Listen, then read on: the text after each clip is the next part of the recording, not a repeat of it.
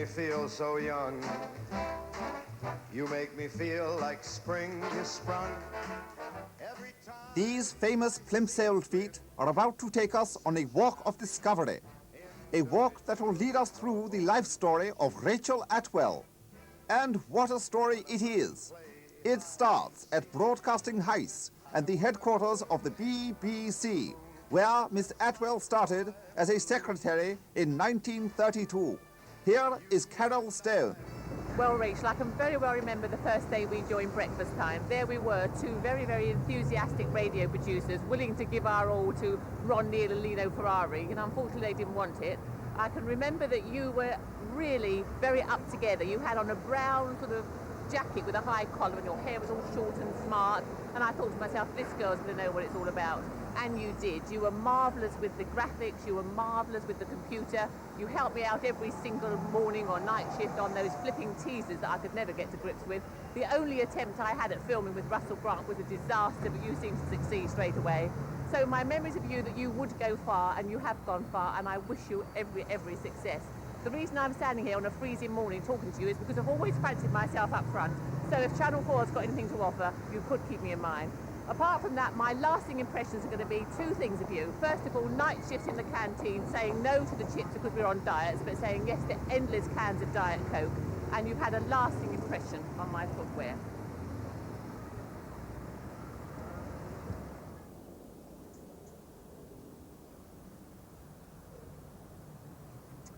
Hello, Rach.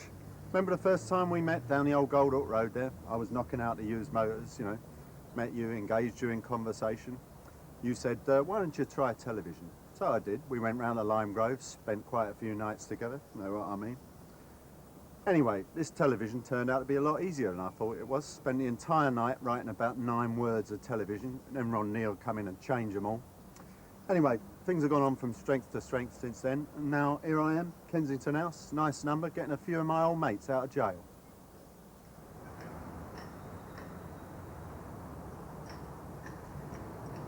Only for Rachel Atwell would I be doing anything as stupid as standing outside a pub near Broadcasting House drinking ice-cold vodka and being asked to reminisce about the old days in radio. Well, I knew Rachel Atwell when we both wore ankle-length embroidered dresses. I knew Rachel Atwell when she was a mere secretary. I knew Rachel Atwell when she couldn't count in 60s but could only count in 10s. I knew Rachel Atwell, it says here, when she was a researcher on Nation to Nation, the most god-awful programme Radio 4's ever put out, let alone Profile. I knew Rachel Atwell before she was great, and I'm proud to know her. I'm not quite sure that Channel 4 are ready for her, but they deserve everything they get, feet and all.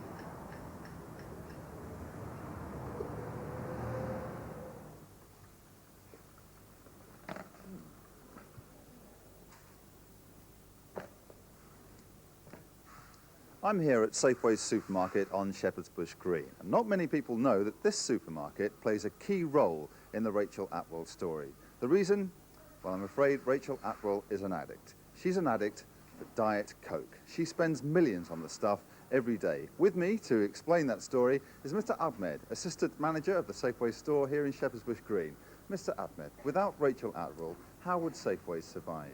Well, I very much doubt our store could survive without Miss Atwell's custom. And I'm glad to see you're getting her daily requirements. But on a more sombre note, Rachel became a television producer of some standing. No greater standing than the Breakfast Time special on the anniversary of D-Day. June the 6th, an easy date to remember. Well, today on Breakfast Time, we'll be marking the events of June the 6th, 1944. We'll be meeting some of those who landed on the beach here and some of the people of the occupied France who welcomed the liberating forces here. We'll be recalling how the news reached the home front and how the home front entertained the people here. With us, perhaps the most famous of all those who helped keep the soldier spirits up will be Dame Vera Lynn. We'll be meeting her later on.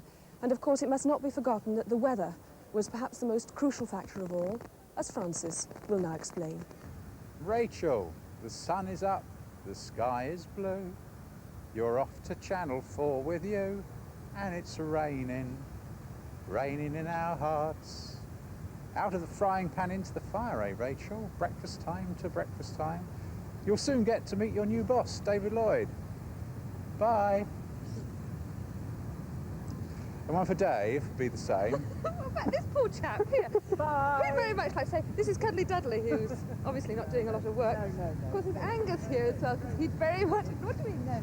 He'd like to say goodbye to. Bye, Rachel. Just go to show what we really do on OBs. Should we all go to the pub now, or is it a little early? Yeah. Oh, talk to 4. Yes, you've got the right camera there, Sally. Carry on. There you are. Go on, Sally. Yep. Go on. Sally. Take to camera 1, Sally. Camera 4. That one. Yeah. Right. Okay. That one. And we are recording. Right. Right, sports news now, and I think the entire sports department has actually... Oh. Ow!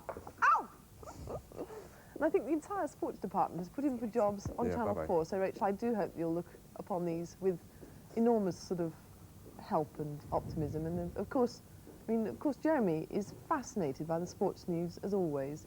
You're sitting here totally riveted to what I'm saying, aren't you? At least it's a lot better written than most of your scripts. This morning, Jeremy, I actually got a T.S. Eliot quote, which you didn't get, so I think you should come through and... Stop always waffling. Get on with saying something nice about Rachel. Something nice about Rachel. Well, Rachel, as I hope the next employer of the entire sports department, has been a total inspiration to us all, and I hope she enjoys the new job, and I hope that we're all there with her very soon indeed, and rather later in the day so that I can get brain and mouth in gear for once. Rachel, good luck. But productions like that take planning. Coming up, a rare glimpse of a breakfast time planning meeting. What have you got then, Helen? Well, there was something I rather took my fancy, actually. I know we don't like having animals in the studio, but there's an arthritic dog appeal. We've been offered up 15 arthritic dogs live in the studio. Yeah. Some in wheelchairs and on crutches. I thought might be quite visual. The only trouble is we're trying for an angle on that combined Stoat and Sheep Federation thing. I think that would be for Tuesday. You know, there's a big controversy over the neutering of sheep and how that affects their relations with stoats and with other. But we could run one early and one late, couldn't we? Yeah, I suppose so. How does that affect the Dead Seals OB on Wednesday?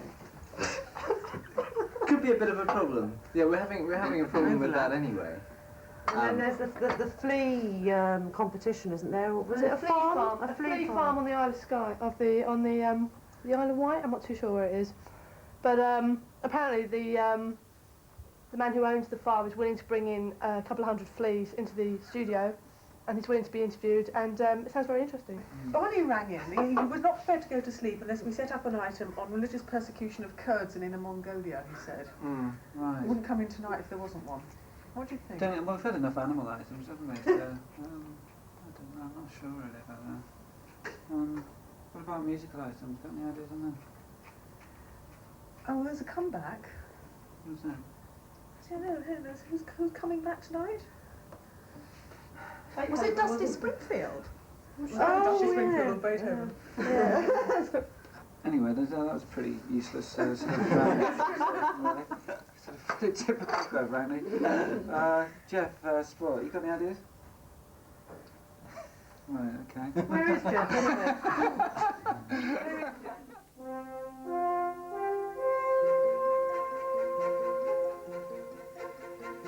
It is June 2, 1988. For Rachel Atwell, another milestone. Her production of the Breakfast Time special from Moscow. Unfortunately for Rachel, Elliot Ness lookalike Dave Stamford is in the gallery, and he thinks he's in Washington. Are these the right titles? No, hang on. I mean, Are those the right titles? That's Jesus, not- who loaded these titles? VT! Jesus Christ. Oh, look, I know, it's the wrong... Doesn't matter. Look, Jeremy, we're on the wrong title. It's got to come to you early, okay? Coming out to do it, Jeremy. Cue Jeremy. Good morning from Washington. Sorry about that cock-up.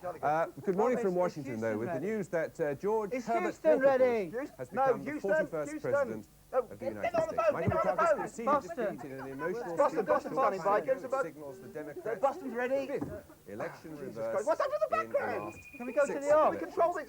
Look, Stand by, Regent. Stand by, 1 o'clock in the morning. Stand by with that Boston tape. So there are Is it 3 the Boston blissful tape? hours to Is it the go. Boston tape or And this being a day... Jeremy, Phil, just keep going. Jesus Christ. And we have also... should you back to Sally? So I'm going to talk away to you just for a moment. Let me tell you a few things. What was it on basis? Things that have been No, forget the basis. He's got the Washington. ad-libbing now. Should we go to the Boston piece? I think the Boston piece is ready, Jeremy. Ashton's crust. Yes, we have the BT ready for you. Coming up just now. Well, go somewhere. Oh, no, it's not there. Sorry, Jeremy. Oh, Jesus Christ. Let's go home. Well, of course, it wouldn't have happened if we had sent a PA. Bum, bum, bum, bum. Well, I'm delighted that Rachel's coming to Channel 4. Mind you, I have to own up, we did have one or two doubts about it. Not, of course, about her abilities, I mean, they're legendary, but more about her, frankly, about her stamina. I mean, I can well recall that in the bad old days of Breakfast Time, remember those days when there was absolutely no rota, but on the other hand, there was an audience? In those bad old days, I can remember occasions when she would be the day editor and she'd take the programme through the whole of the day.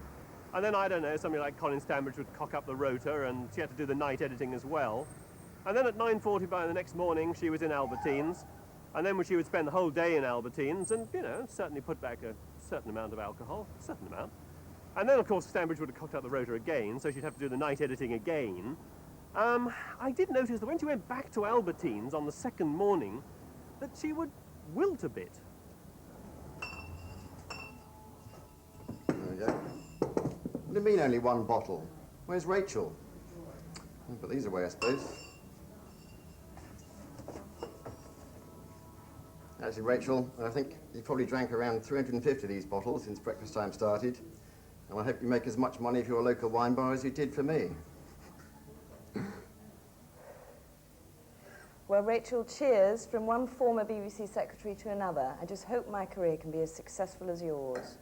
Just another 149 to go. This is take two.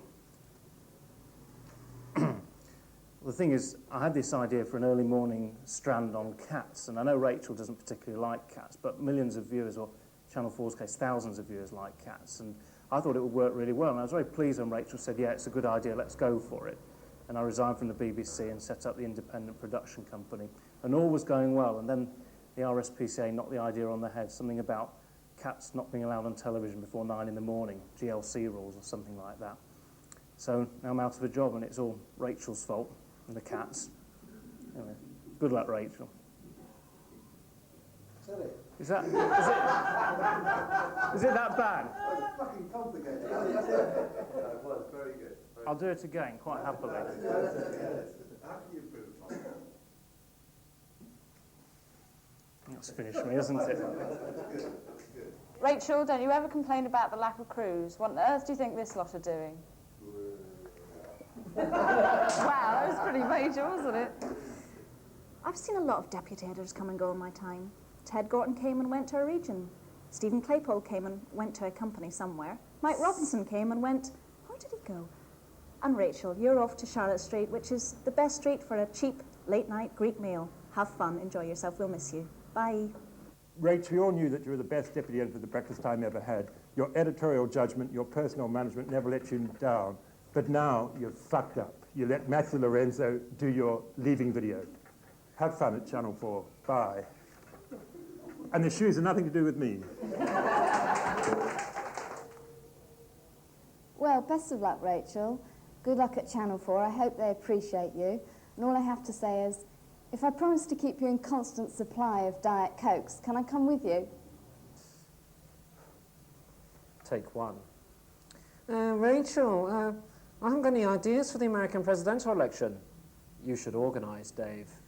Rachel, I don't know what I'm going to do on the 6 o'clock news. You should organise, Dave. Rachel, I've got to do races on the 6 o'clock news. Resign, Dave. Rachel, you're going to be an editor of the breakfast programme on Channel 4. I've had 3 years' experience of doing that, Dave. Rachel, we love you. Keep in touch. See you soon. Have a large volume of vodka for me. Bye-bye. No, we were just walking past. We've nothing to say, no? Who's leaving? What? Who's leaving? No, we were walking along the Ron street, Neal? and this guy just grabbed us and brought us in. Oh, well, whoever's leaving, Yeah. good luck. We left to get away from this, didn't we? Some of you may know who I am, but none of you will know the effect that Rachel Atwell had upon my life. Before I met Rachel, I was a quiet, assuming young Scottish girl. I'd never seen a drink in my life. I'd never smoked cigarettes, and I'd never looked at boys. I wouldn't say boot a goose, in fact. Then I came to London, I met Rachel, and she taught me how to stand up for myself. She taught me how to make taxi drivers cry, tell editors of Breakfast Time they were public school wankers when they weren't, throw my shoes off, dance on tables, stay up all night, drink all day, get paralytic drunk. But the one thing that Rachel really taught me more than anyone else was how to get home after a day on the piss in Albertines. And we'll need it for later on today, folks. The sticky bits. My name is Susan. Take me back there when I get drunk this afternoon. Bye, Rach. Every day of the week, someone leaves Breakfast Time. But this week, someone a little bit more special is leaving Breakfast Time, and that's Rachel Atwell. Jeremy, do you know Rachel? Who? Rachel Atwell.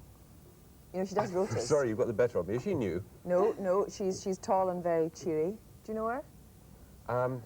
You swear at her a lot. Oh, that Rachel, yes. Yes, well, yes, I do. she's going on to Pastures New and not a bit before time. No, she's going on to Channel 4 News, and it's the best place for her, in fact, because her talents are completely wasted here. She's the only person in this department that knows that it's not brain surgery when you're doing Breakfast Time, and therefore she always greets you with a cheery smile when you come off there, no matter how awful the programme's been that morning. Yeah, we're just here to say thank you to someone who's leaving the programme, so thank you for leaving the programme, Rachel. Hey, what's that, your cucumber? There's £50, Jonathan. Keep the change, don't worry. It all goes on expenses. Thank you very much, sir. Much obliged. Rachel, we haven't been working together long. I hope you'll be happy at Channel 4. And remember, pickled cucumbers are good for you. Say what you like, give it 5 seconds and go. Right, okay, in the case, first option, 3, 2, 1. Goodbye, Rachel. Bye, Rachel. 3, 2, 1. Fuck off, Rachel.